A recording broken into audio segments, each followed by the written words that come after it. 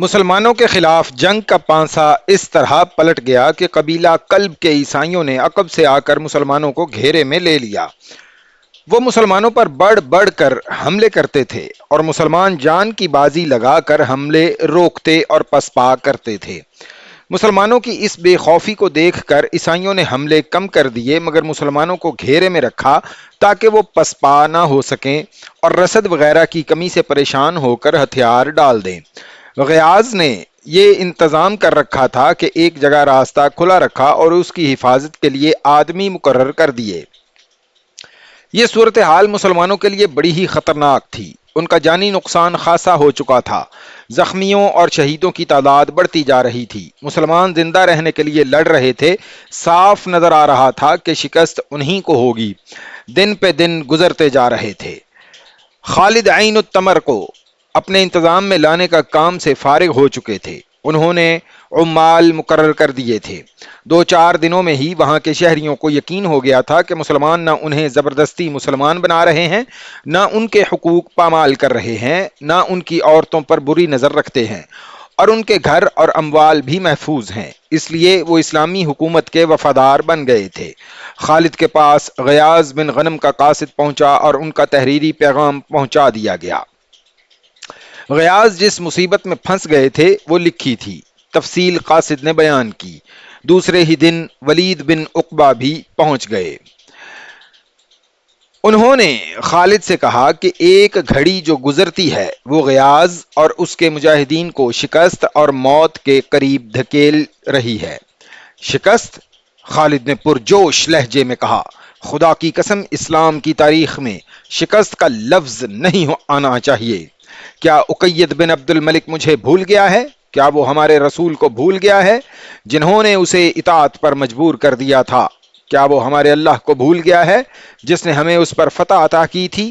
تاریخ شاہد ہے کہ بدلے میں تو انسان بدلے ہیں، اللہ نہیں بدلا۔ اللہ نے فتوحات کو شکستوں میں اس وقت بدلا تھا جب مسلمان بدل گئے تھے اور خدا کے بندوں کے خدا بن گئے تھے۔ خالد نے غیاظ بن غنم کو پیغام کا تحریری جواب دیا۔ اس دور میں عربوں کی تحریر کا انداز شاعرانہ ہوا کرتا تھا۔ مورخوں نے لکھا ہے خالد کا جواب منظوم انداز کا تھا۔ انہوں نے لکھا، من جانب خالد بن ولید غیاظ بن غنم، میں تیرے پاس بہت تیز پہنچ رہا ہوں۔ تیرے پاس اونٹنیاں آ رہی ہیں جن پر کالے اور زہریلے ناگ سوار ہیں، فوج کے دستے ہیں جن کے پیچھے بھی دستے، آگے بھی دستے ہیں۔ ذرا صبر کرو، گھوڑے ہوا کی رفتار سے آ رہے ہیں، ان پر تلواریں لہراتے شیر سوار ہیں، دستوں کے پیچھے دستے آ رہے ہیں۔ پیغام کا جواب قاصد کو دے کر خالد نے اسے کہا کہ وہ جتنی تیز آیا ہے اس سے زیادہ تیز دومت الجندل پہنچے اور غیاظ کو تسلی دے۔ اس کے ساتھ ہی انہوں نے اپنے ایک نائب سالار عویم بن کامل اسلمی کو بلایا۔ ابن کاہل اسلمی، خالد نے کہا، کیا تو جانتا ہے میں تجھے کتنی بڑی ذمہ داری سونپ رہا ہوں؟ اللہ مجھے ہر اس ذمہ داری کو نبھانے کی ہمت عطا فرمائے جو مجھے سونپی جائے۔ عویم نے کہا، میری ذمہ داری کیا ہوگی ابن ولید؟ عین التمر، خالد نے کہا، اس کا انتظام اور اس کی حفاظت۔ اندر سے بغاوت اٹھ سکتی ہے، باہر سے حملہ ہو سکتا ہے۔ میں تجھے اپنا نائب بنا کر دومت الجندل جا رہا ہوں۔ غیاظ بن غنم مشکل میں ہے، اللہ تجھے سلامتی عطا کرے۔ عویم نے کہا، عین التمر کو اللہ کی امان میں سمجھ۔ خالد کے ساتھ ابتدا میں جو سپاہ تھی وہ جانی نقصان کے علاوہ اس وجہ سے بھی کم ہو گئی تھی کہ ہر مفتوحہ جگہ 1-2 دستے چھوڑ دیے گئے تھے۔ عین التمر تک پہنچتے نفری اور کم ہو گئی تھی۔ اس علاقے کے مسلمان باشندوں سے نفری بڑھانے کی کوشش کی گئی تھی لیکن ان کی تعداد زیادہ نہیں تھی۔ کچھ نو مسلم بھی سپاہ میں شامل ہو گئے تھے لیکن ابھی ان پر پوری طرح اعتماد نہیں کیا جا سکتا تھا۔ خالد نے کچھ دستے عین التمر میں چھوڑے، 6000 سوار اپنے ساتھ لیے اور دومت الجندل کو روانہ ہو گئے۔ فاصلہ 300 میل تھا۔ خالد نے 300 میل کی یہ صحرائی مسافت صرف 10 دنوں میں طے کی۔ وہ ابھی راستے میں تھے جب اقید کے آدمیوں نے اس لشکر کو دیکھ لیا۔ وہ مسافر ہوں گے، انہوں نے خالد کو پہنچنے سے پہلے دومت الجندل میں اطلاع دے دی کہ مسلمانوں کا ایک لشکر آ رہا ہے۔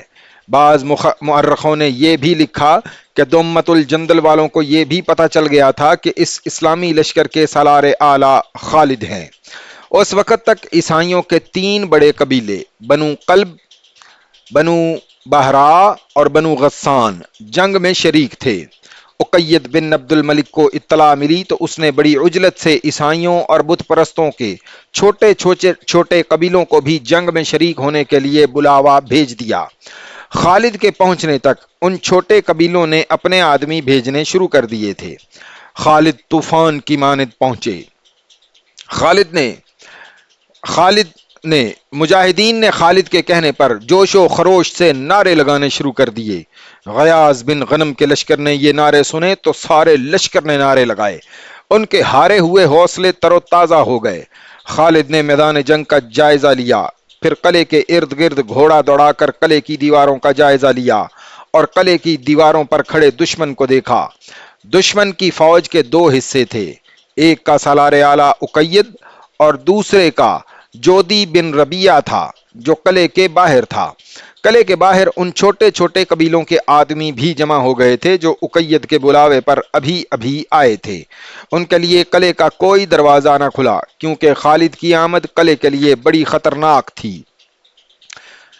خالد ایک دہشت کا دوسرا نام تھا۔ خالد دشمن پر جو نفسیاتی وار کرتے تھے اس کا اثر مستقل ہوتا تھا۔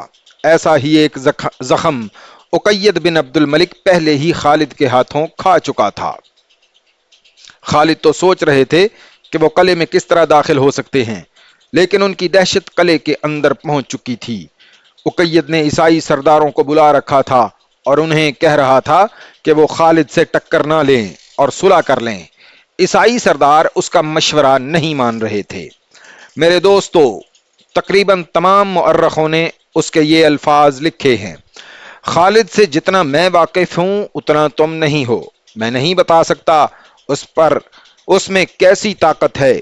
میں اتنا جانتا ہوں کہ قسمت ہر میدان میں اس کے ساتھ ہوتی ہے۔ میدان جنگ کا اور قلعوں کی تسخیر کا جو کمال اس میں ہے وہ کسی اور میں نہیں۔ تم سوچ رہے ہوگے اور وہ تمہارے سر پر کھڑا ہوگا۔ خالد کے مقابلے میں جو قوم آتی ہے، خواہ طاقتور خواہ کمزور، وہ خالد کے ہاتھوں پٹ جاتی ہے۔ میرا مشورہ تسلیم کرو، خالد سے صلح کر لو۔ عیسائیوں نے خالد سے شکستیں کھائی تھیں، وہ انتقام لینا چاہتے تھے۔ تم مجھ سے لڑو گے تو ہار جاؤ گے، اقید نے کہا، پھر وہ تم پر رحم نہیں کرے گا۔ اگر لڑے بغیر صلح کر لو گے تو وہ تمہاری جان، تمہاری عورتوں، تمہارے اموال کی حفاظت کرے گا، مگر تم اس کا مقابلہ کر ہی نہیں سکتے کیونکہ تم اس کی چالیں نہیں سمجھتے۔ ہم لڑے بغیر شکست تسلیم نہیں کریں گے۔ عیسائی سرداروں نے متفقہ فیصلہ دے دیا، پھر تم میرے بغیر لڑو۔ اقید نے کہا، میں اتنا بڑا شہر تباہ نہیں کراؤں گا۔ عیسائی سردار لڑنے کے ارادے سے چلے گئے۔ اقید کے ارادوں کا اس کے سوا کچھ علم نہ تھا کہ وہ نہیں لڑنا چاہتا۔ رات کا پہلا پہر تھا۔ خالد کا سالار عاصم بن عمر قلعے کے اس طرف گشت پر پھر رہا تھا جدھر علاقہ خالی تھا۔ اسے 4-5 آدمی قلعے سے نکل کر اس کھلے علاقے میں آتے دکھائی دیے۔ وہ سائے سے لگتے تھے۔ عاصم بن عمر کے ساتھ چند ایک محافظ تھے۔ انہیں عاصم نے کہا، ان آدمیوں کو گھیرے میں لے کر روک لیں۔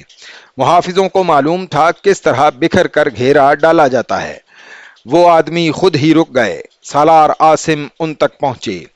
میں دومت الجندل کا حاکم اقید بن عبد الملک ہوں۔ ان میں سے ایک نے کہا، اپنے آدمیوں کے ہتھیار میرے آدمیوں کے حوالے کر دو۔